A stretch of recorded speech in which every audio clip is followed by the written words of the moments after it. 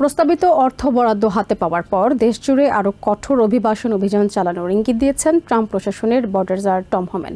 সোমবার white house প্রাঙ্গণে সাংবাদিকদের তিনি বলেন, অবৈধ অভিবাসীদের বিতরণ প্রক্রিয়া জোরদারে আরও বেশি সংখ্যক আইস কর্মকর্তা ও ইমিগ্রেশন জাজ নিয়োগের পরিকল্পনা রয়েছে।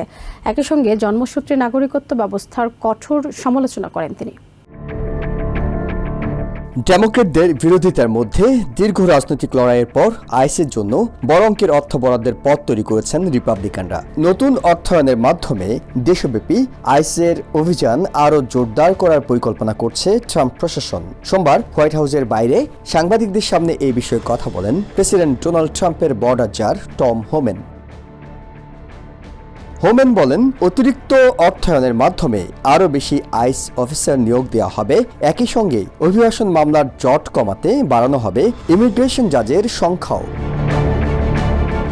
তার দাবি, বর্তমানে আইসের হাতে আটকের পর অনেক অভিবাসীকে গড়ে দীর্ঘ সময় ডিটেনশনে থাকতে হচ্ছে। বিচার প্রক্রিয়া দ্রুত করতেই নতুন নিয়োগ প্রয়োজন। জন্মসূত্রে নাগরিকত্ব ব্যবস্থাকেও অবৈধ অভিবাসনের অন্যতম কারণ হিসেবে উল্লেখ করেন হোমেন।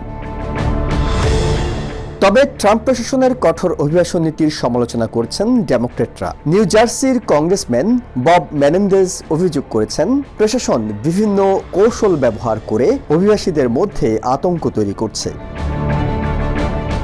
অন্যদিকে হোমেন দাবি করেছেন, প্রতিটি অভিযানে আইস সদস্যদের নিরাপত্তাকে সর্বোচ্চ গুরুত্ব দেওয়া হচ্ছে। কর্মকর্তাদের উপর হামলার ঝুঁকি মোকাবেলায় বাড়তি সতর্কতা নেওয়া হচ্ছে বলেও জানান তিনি। এই সময় নিউ ইয়র্ক সিটিতে সম্ভাব্য অভিযান নিয়ে প্রশ্ন করা হলে সরাসরি কোনো উত্তর দেননি বর্ডার জাজ। ইহসান জুয়েল, TVN 24, নিউ ইয়র্ক।